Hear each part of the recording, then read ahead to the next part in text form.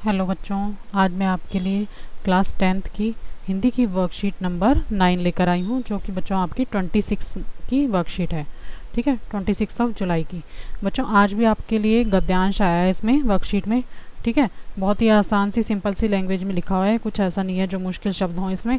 मैं आपको पढ़ के बताऊँगी और इसके आंसर हमें देने होंगे। ठीक है, लिखा है दिए गए गद्यांश को पढ़कर पूछे गए प्रश्नों के उत्तर लिखिए।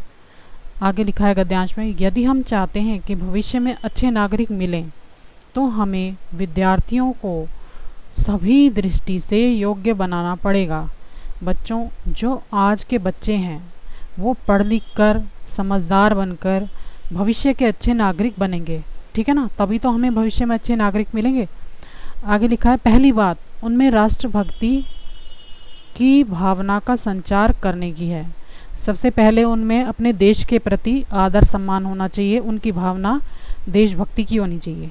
ठीक है, हमारा विद्यार्थी वर्ग स्वयं को राष्ट्र की धरोहर समझकर अपनी रक्षा करे। अगर हम अपने आप को या भविष्य में जो भी बच्चे होंगे वो अपने आप को देश की धरोहर समझेंगे, राष्ट्र की धरोहर समझेंगे, तो क्या होगा बच्चों, इससे हमारे देश को ही फ़ायदा होगा, हम देश के किसी काम आ सकेंगे। ठीक है ना, उसे यह बात मन में ठान लेनी है कि उसके ऊपर भारत की रक्षा का भार है। हर बच्चे के मन में देशभक्ति की भावना होनी चाहिए। उसे हमें स्मरण रखना होगा कि हम उस महान राष्ट्र के नागरिक होने जा रहे हैं जिससे आदिकाल से ही वसुधैव कुटुंबकम की उद्घोषणा की थी। ठीक है, हम एक परिवार की तरह देश के सारे नागरिक हैं, हम देश को जोड़ के रखना चाहते हैं। ठीक है बच्चों, उसे इसका पूर्णता से पालन करना है। दूसरी बात यह है कि उसे कर्मठ बनना होगा। कर्मठ किसी भी काम को करने के लिए तत्पर रहना। आलस्य को अपना महान शत्रु समझकर उसकी छाया से घृणा करनी होगी।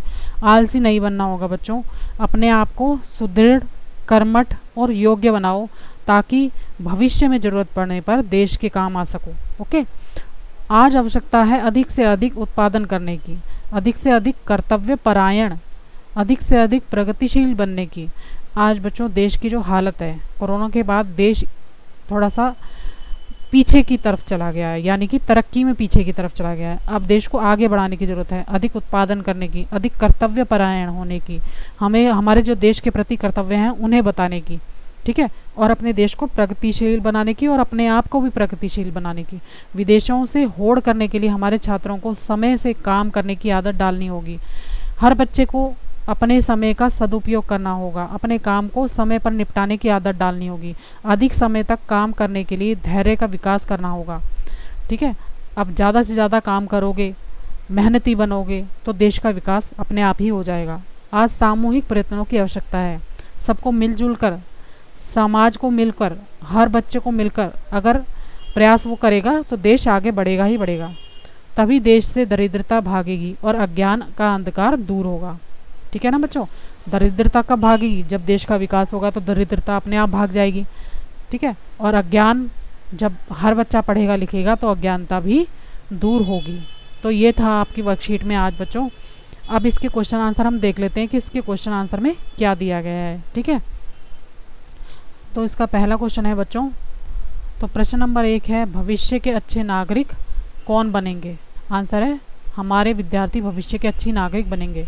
प्रश्न नंबर 2 है, आपके अनुसार राष्ट्र के विकास के लिए किसकी आवश्यकता है। आंसर है, हमें राष्ट्र के विकास के लिए विद्यार्थियों को हर तरह से योग्य बनाना होगा और उनमें देशभक्ति की भावना का संचार करना होगा। प्रश्न नंबर 3 है बच्चों, क्वेश्चन नंबर 3 है, विद्यार्थियों के किस सामूहिक योगदान से राष्ट्र की प्रगति हो सकती है।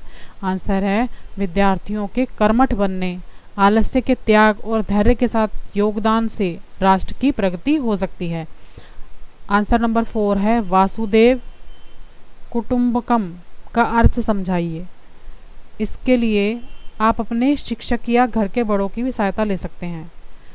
तो इसका आंसर है बच्चों, वासुदेव कुटुंबकम का अर्थ है समस्त पृथ्वीवासी हमारा परिवार है। ओके, आगे क्वेश्चन नंबर 5 है, एक गतिविधि दी गई है बच्चों, आपके अनुसार आप अपने देश के प्रति आप अपने देश की प्रगति में क्या क्या योगदान कर सकते हैं। आंसर है हम विद्यार्थी अगर सही से अपनी शिक्षा ग्रहण करते हैं तो अपने कर्तव्य का पालन करते हैं और हम देश की प्रगति में अपना योगदान दे सकते हैं। प्रश्न नंबर 6 है, गद्यांश का उचित शीर्षक सोचकर लिखिए। तो आप इसका शीर्षक लिख सकते हैं विद्यार्थी जीवन का महत्व, और अगर आपको कोई और अच्छा शीर्षक आता है तो बच्चों आप वो भी लिख सकते हैं। ओके, तो ये थी बच्चों आज की वर्कशीट। अगर आपको मेरा वीडियो अच्छा लगे तो प्लीज़ मेरे चैनल को लाइक करना, सब्सक्राइब करना। Thank you very much.